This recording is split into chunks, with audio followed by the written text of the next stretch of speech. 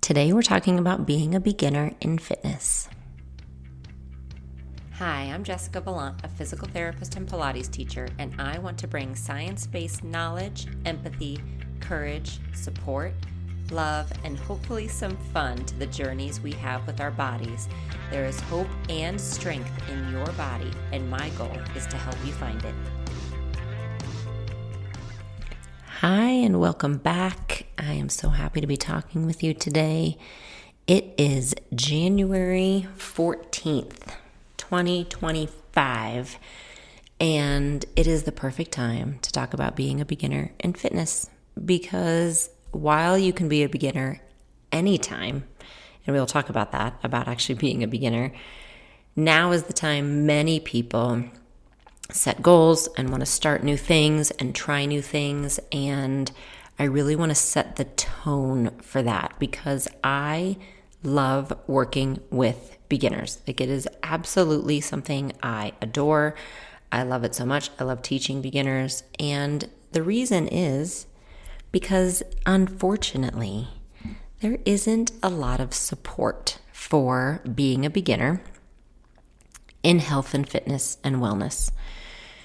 And being in the industry now for 25 years, I've seen a lot.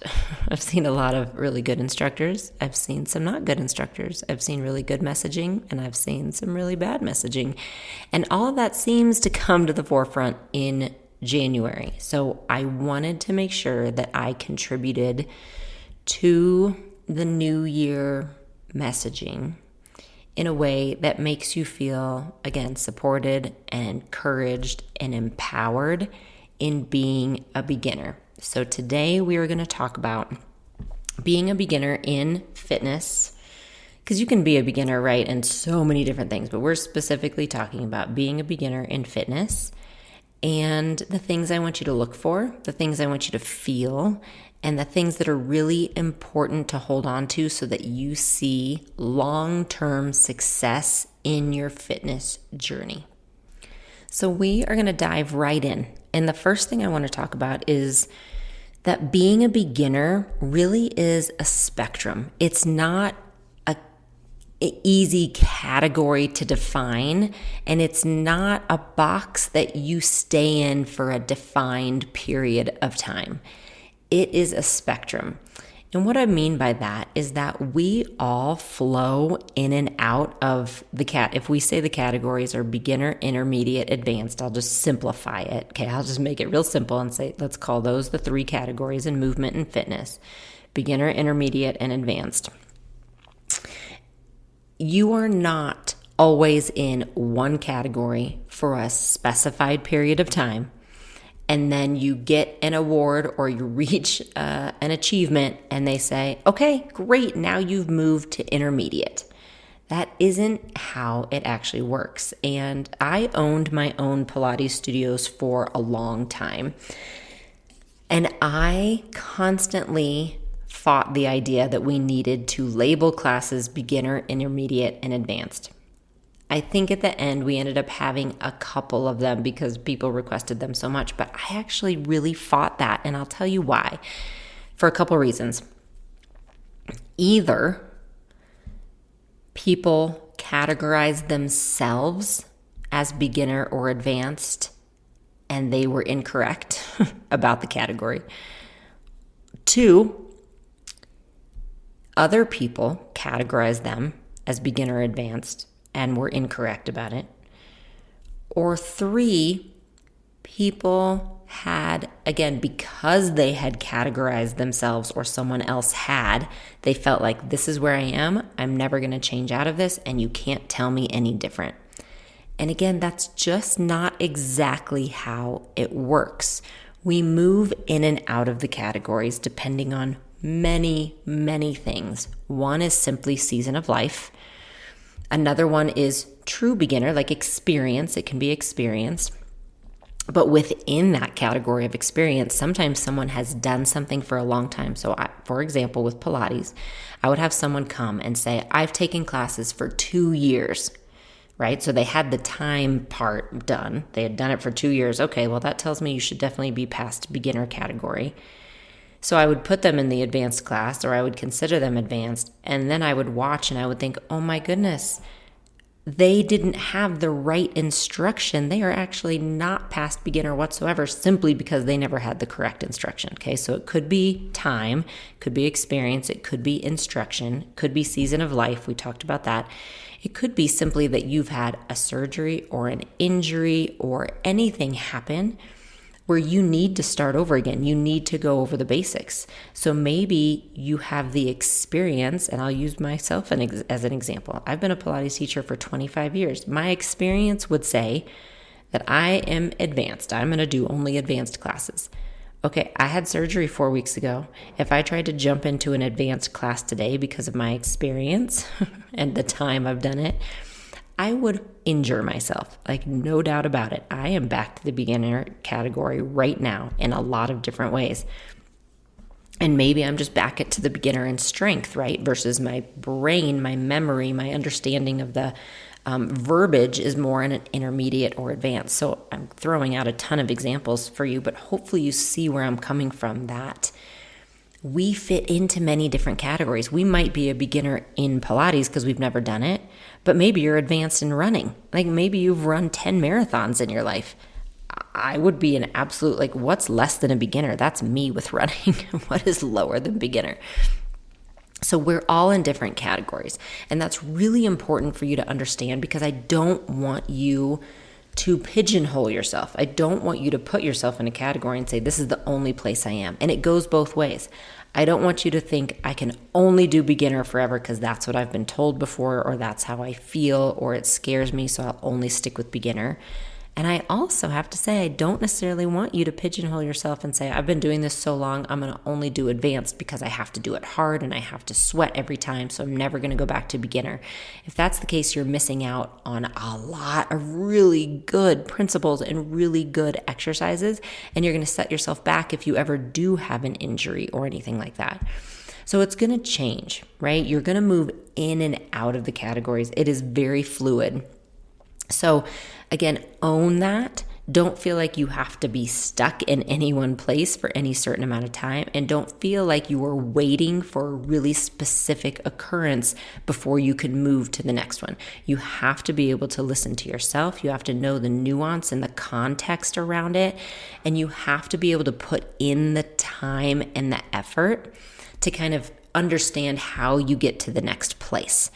So I want you to have that context and that idea around this before we now get into the things I want you to understand as a beginner, because I do want everyone to hear me say that we are all beginners at one point or another, and we will probably all be beginners in some way, shape, or form again later in life. So this can really benefit all of us. So the first thing that I want you to know when you are a beginner or you're starting out is I want you to find somewhere that you feel supported and encouraged. I don't care if someone has the best marketing out there telling you that you can get a bikini body in 10 weeks or a flat stomach in 10 days. It doesn't matter if they make you feel discouraged. I don't care if it is rated as the best Pilates class or the best gym in town. If you walk in and they don't have classes that are accessible to you as a beginner, it doesn't matter. You have got to find either a place or an instructor or people to follow online, whatever it is.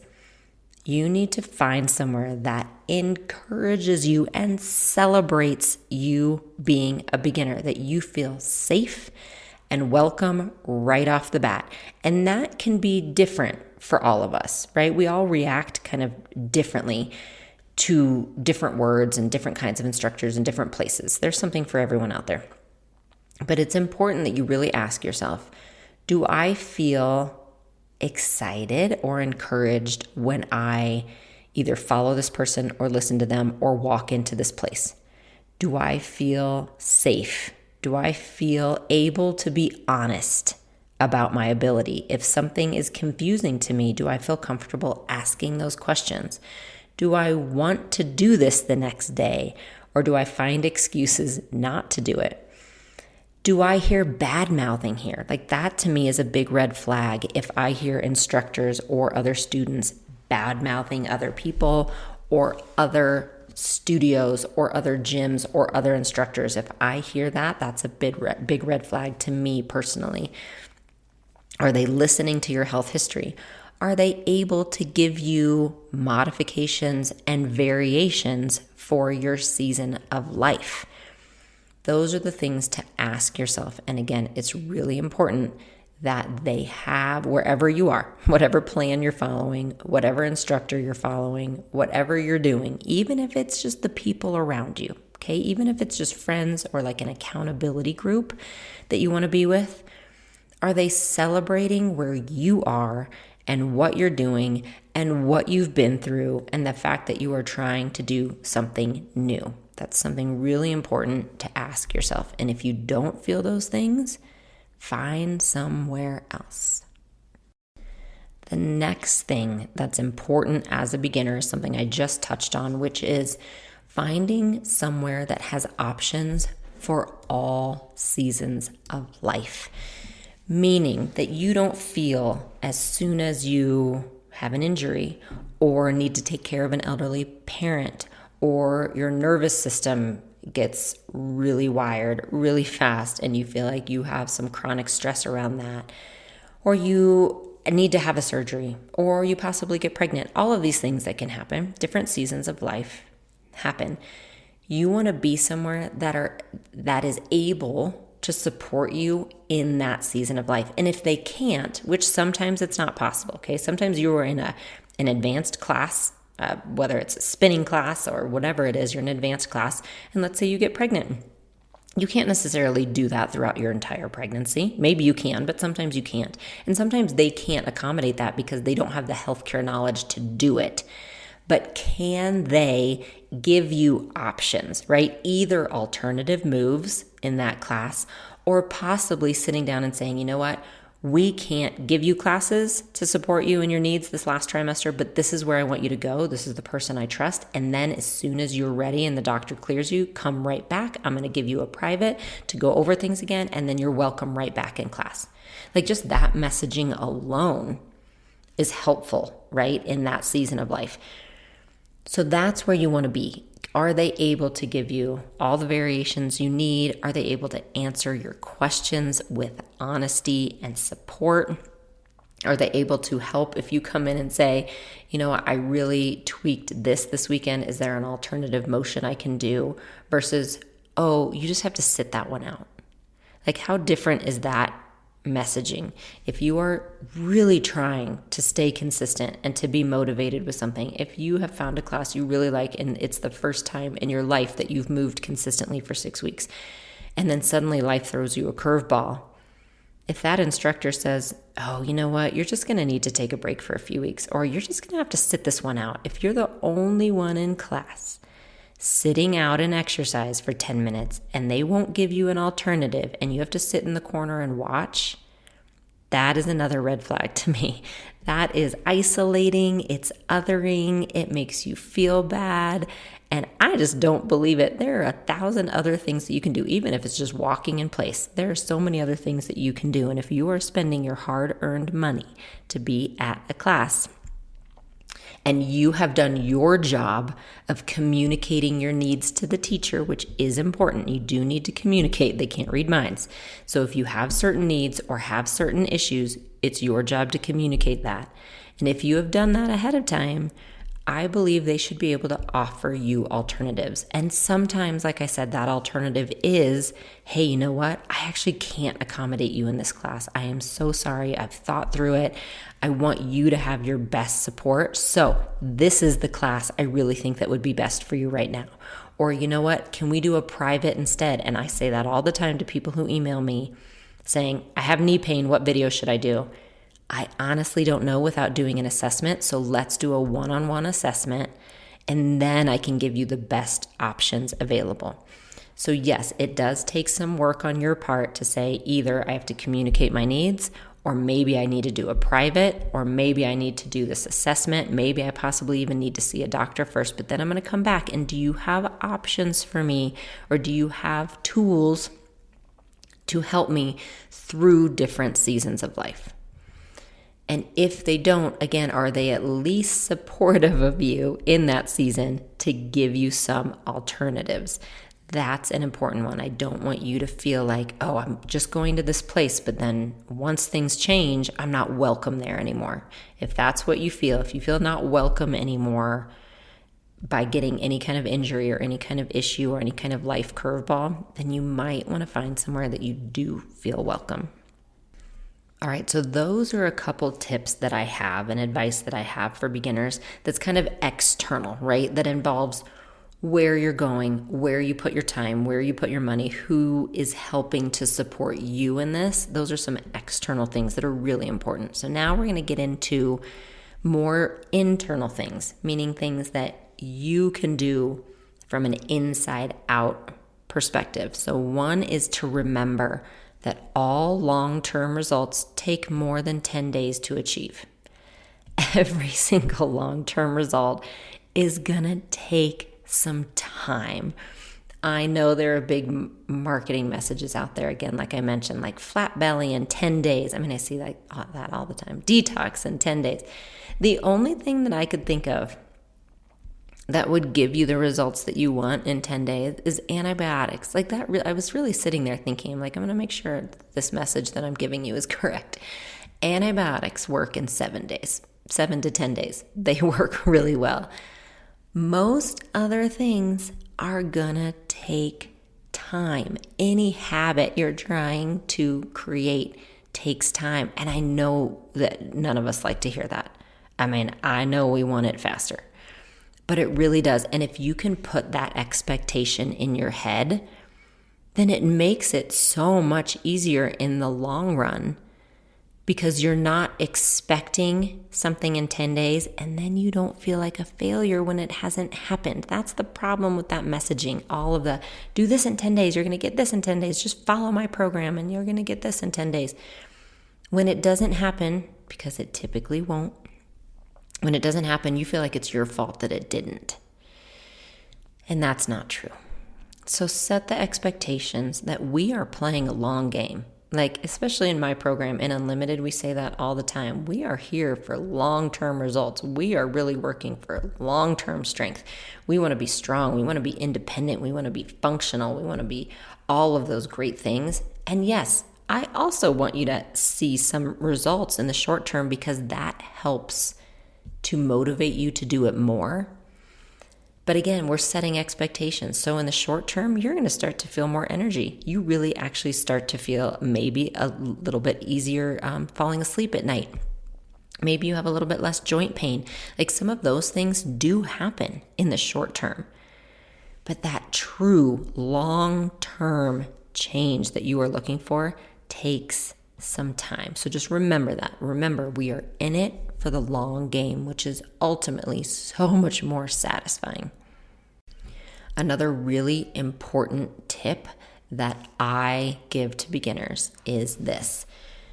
You want to change the workouts to fit your life. Don't change your life to fit your workouts. And let me give you an example of this. There's so many examples, but one example would be that you find, like, let's say I'm saying this in quotes, the perfect workout class, because one of your friends has been doing something for a year and just won't stop talking about it and how awesome it is and how awesome it is. And they've been trying to get you to go. And so finally it's January and you say, okay, I'm going to try it. I'm going to try this because I want to try anything. I'll try anything. Doctor says I need to move, so I'm going to try this class. The thing is, your friend maybe lives 30 minutes away and the class is closer to her. Your friend maybe has a different work schedule, so it works for her to get away at lunch and take the class. It's close. She can come back to work, right? So it fits in with her life. But you've decided that that's the one thing that you have to try. So not only are you trying a new fitness program, but you are changing your life to make it work. You have to change your schedule to drive a half hour to that class, maybe sometimes in traffic. You might have to change your work schedule. You might then have to change when you shower and when you don't, depending on the class. And then possibly you have to budget that in, and you didn't necessarily think that you were going to budget in a new class. You start to see what I'm saying here, right? You not only are changing the fact that you're starting something new, which is great, but it's something new that you have to get used to and build a habit for. You are changing all these things around your life as well. That isn't typically sustainable when we first start. Another example I give to people a lot is this idea of working out first thing in the morning, right? Maybe you see or hear messaging that that's the best time to work out for various reasons. Well, first I'm here to tell you the time that you can work out is the best time. Okay? The best time is whatever the best time is for you, that you can be consistent with it. That is the best time. Scientifically, the best time to move is whenever you can move. Okay? But let's say that you've decided it has to be the morning. So you have, and I'm saying this for myself, this is actually my example. So for me, I have elementary age school kids still. Well, middle school and elementary age. Okay, we are with the kids from the moment they are done with school all the way up and through bedtime, reading, all of that. I can barely get to sleep, but like if I am asleep by 11, that's amazing. That's great just because of, bedtime, all the things that we're doing. Bedtime, books, I get them to bed, then I want a little time with my husband, then I might want to read, all the things. So 11 o'clock is great. Then we're up at 6:30. And from the moment that my alarm goes off at 6:25 a.m., I am up, showering, making lunches, making breakfasts, getting everybody ready to go in the morning, getting out the door, and then I start my work day. And then I do it all again. And I'm not complaining. Like I love my life and it works. It works really well. I can't imagine a world that I decide, you know what, I'm just going to set my alarm for 5:30 instead to get a workout in the morning because that's when people say I have to do it. Do you know what would happen if I did that? I already get slightly stressed at the limited amount of sleep I get because I want more sleep so badly, and I'm trying to get more. It would, if I got up at 5:30, that doesn't mean that I can go to bed an hour earlier. I actually probably can't. So I'm getting less sleep. I'm going to be resentful. I'm going to be pretty bitter about it, and I'm not going to be able to work out at the gym that I like to do two times a week. So instead, it can only be here. I have less weights. Like it's a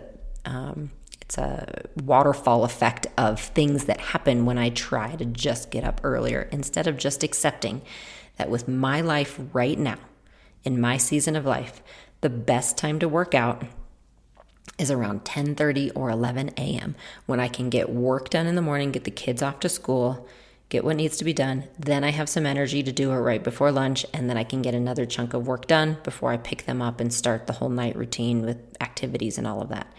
I am accepting that in this season of life, that is what works. And then I get the absolute best workout I can during that time with my life. Maybe, hopefully I can start adding one class a week. I really want to add a little bit of yoga back into my life because I did that years and years and years ago.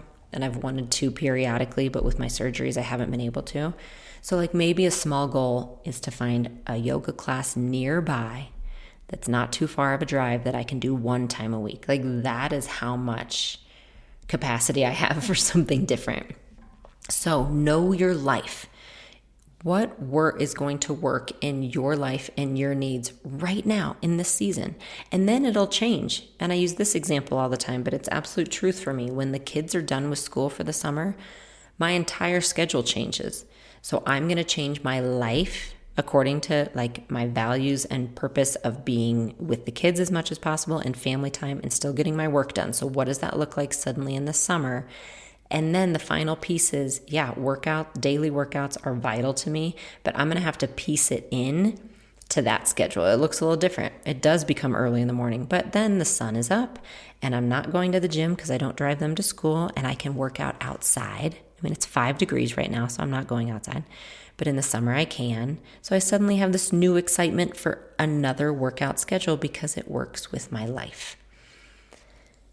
So I know this has been a long point, but it is so, so important, and it's not usually understood or followed just how vital it is when you are starting something new that you're not changing 10 things at once, because you will not sustain it. Our brains don't work that way. They just don't. It's true. Again, it's scientifically proven we don't work that way. We can change 1 to 2, possibly 3 at the max things at once and keep that sustained. So pick those couple things. And if it's starting exercise from scratch, then that's it. That's what you're doing. Don't change everything else about your life. Find where you can squeeze in 30 minutes a day and do that for 3 months. Then that's your new baseline. That's your new normal life. So then you can make another change, right? Then maybe you say, you know what, friend, I can 1 time a week drive out to that class with you. I'm so excited because you already have the habit of daily movement. So adding that one change isn't such a drastic difference, and it will be much more sustainable in the long term. So remember, make your workouts fit in with your life. And yes, make it a value so that you do them every day, but make them fit in your life. Don't change your entire life to fit your workouts. And along with that, find something that you enjoy. So when I say it kind of goes along with that, because don't change your life, right, to fit your workouts, but also don't change who you are. Don't change your natural likes and dislikes just because someone says you have to. Now, that being said, I know some of you are laughing saying, well, Jessica, I don't even like to exercise or move at all. So does that mean I don't have to do it? Well, no, I'm sorry. I can't change that. You have to move your body every day. You have to. You have to exercise, and you do need it planned out. I mean, there are things that we need to do. So I am not suddenly saying that you're going to love exercise if you never have before. I'm saying find something that gives you a little bit of intrigue. And if there are things that you really, really, really don't like you say, okay, I think I can get down on my mat and do some stretching and Pilates, but I absolutely can't stand to run. Okay, then don't try to make yourself a runner. That is what I'm saying. Don't think from the marketing messaging that there's this 1 or 2 perfect workouts that you have to find a way to do because they're the only things that work. That's not true. There's 100 million thousand, that's not a real number. There's 100 million thousand different types of movement and exercises that you can do. So you are allowed to pick the ones that you like. And if that's too far of a stretch for you right now, you are allowed to pick the ones that, again, you are curious about, or that intrigue you, or that at least make your body feel good when you do them. Start with that. Start with that. And then again, you will be amazed, but this is absolute truth. When you are consistent with that day after day after day after day, and that becomes your new baseline, you are opening up the possibility to like other things and to try other things. It just simply is what happens if you give yourself the time and consistency of movement. But don't think there's one perfect thing and that one perfect thing is what you don't like to do. That's not true. Okay, find something again that at least intrigues you or interests you or gives you a little bit of that, I think I want to try that. All right, a huge one, a huge change of narrative you have to have is that it is not all or nothing. And I have an entire podcast episode about that. If you want to look back, it's called the Limiting Beliefs series, and those are all really good to listen to, but definitely the all or nothing one. We have this idea in life really, but especially in health and fitness, that it's all or nothing. Like I need to do an hour a day or I might as well not do anything at all. I need to do the heaviest weights possible or I might as well just not even bother. And that is the farthest thing from the truth. And only you can get past that narrative. If you have that belief, it is limiting you and you have to let it go. 10 minutes a day is better than no minutes a day. All right. If you are in Unlimited or watching one of my YouTube videos, you say, you know what, I don't want to do this, but I will just start it. Go 5 minutes and see what happens. See what happens after 5 minutes. I bet you'll want to keep going. And even if you can't or you don't, you turn it off and you say, I just did 5 minutes. That's better than what I did yesterday. A little bit every day is better than 1 hour once a week. There is proven benefits in consistency. And if you can only be consistent with 10 minutes a day, pulling up one of my 10-minute workouts and doing it every day for a month, I would rather you do that than do one of my long workouts twice a month, because you are going to see the benefits from 10 minutes a day. And then you build on that. Will 10 minutes a day give you long-term results when it comes to building muscle mass and osteoporosis and losing weight? No. But it gives you a baseline. It gives your body this idea of, oh, I am safe working out. I am safe moving. I am allowed to do this. I do like how this feels. And then you build from there. Right? If you're not doing anything, or if you're only doing 1 hour a week and you get sore after it every single time, that's not allowing you to build. So you have to give yourself that baseline to build from. So remember, it is not all or nothing. A little bit every day makes a huge difference. Another tip is you need to have a plan. Like you absolutely do, especially as a beginner. And that plan can be as simple as what I was just saying, that you write into your calendar 10 minutes a day every day. Or maybe you say, you know what, I'm going to walk 20 minutes a day every day. Like maybe that's your plan, and that's great. Have a plan and follow it. The problem comes when we, for example, say, you know what, I'm going to work out every day. That's my new goal. I'm going to work out every day. So then you get on YouTube and you simply search 30-minute home workouts. You're going to be given a million options.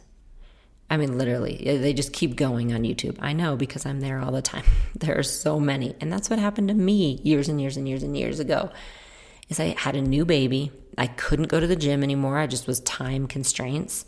I couldn't go to my own studio and work out, time constraints. So I had her nap time. And I also had to work during her nap time. So I gave myself 30 minutes every day to work out at home. That's what I had. She would go down for a nap, and I'm like, I got 30 minutes. The problem is, believe it or not, I had never planned a home workout program before. I worked out in my own Pilates studio that I owned, or I went to the gym. That's what I knew. So I was like, well, what is the best thing to do in 30 minutes at home? So I would put her down for a nap, and I'd get on YouTube or get online, and I'd look up, best thing to do in 30 minutes. And the next thing I knew, it was 20 minutes later, I was still searching for something. I was still trying to figure out, should I do arms? Should I do legs? Should I lift weights? Is it cardio day? Is it stretching? Or I don't like that instructor. What do I do?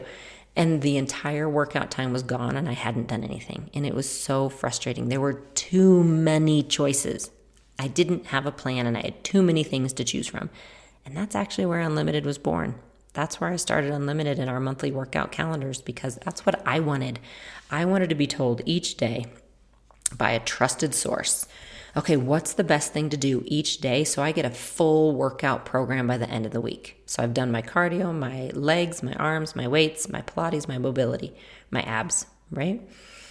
And so that's what I mean by a plan. There's so many choices out there that it can paralyze you.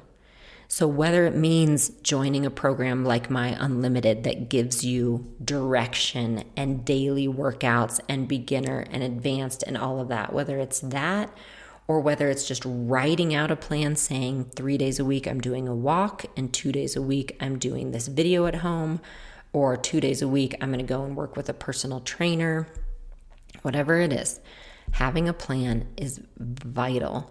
And once you've done that plan long enough, again, it starts to become second nature, and you'll find you can start branching out from that.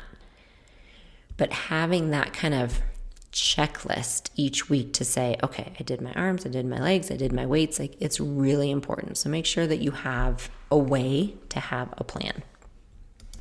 And then the final piece for seeing long-term results as a beginner is believing that you are worthy of it. And I wish I could sit and wave a magic wand over you so that you absolutely did believe your value and your worth.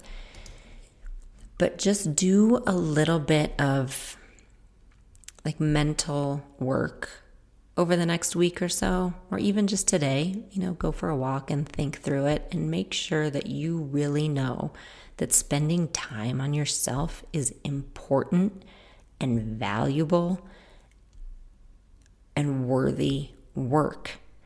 You are allowed to say no to other things for a workout. You are allowed to tell your kids and your partner, I'm going to be in the back bedroom for 30 minutes. I'm going to have the door closed. If it's an emergency, come get me. Otherwise, I'm going to work out for 30 minutes. You are allowed to do that. You are allowed to prioritize yourself. And it's really important that you remember that. You have to find your long-term why, so that when things get hard or when it feels like it'd be easier to skip a workout, you remember why you're doing it so that you can stick with it. And a big part of that is just remembering and believing.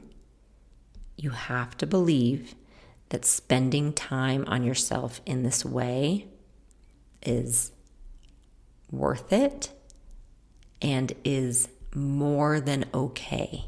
It is acceptable and it is valuable, and you are allowed to do it. So I'm going to list some resources below in the show notes, including some beginner workout programs I have and a couple of the podcast episodes that I mentioned. So make sure you take the time. I want you to succeed as a beginner, no matter where you are in life. I want you to succeed. So take the time to listen to those resources, use them as needed, go back and take notes. It is okay to work for it. You have to work for it. You have to put in the time, but I promise it will come back to you tenfold. I will talk to you soon. Thank you so much for joining me today on Meet Your Body. If you have a moment, please consider rating and reviewing this podcast, as it helps us tremendously. For more resources and workouts, you can visit my website, jessicavalantpilates.com, or find me on YouTube or Instagram at Jessica Valant Pilates.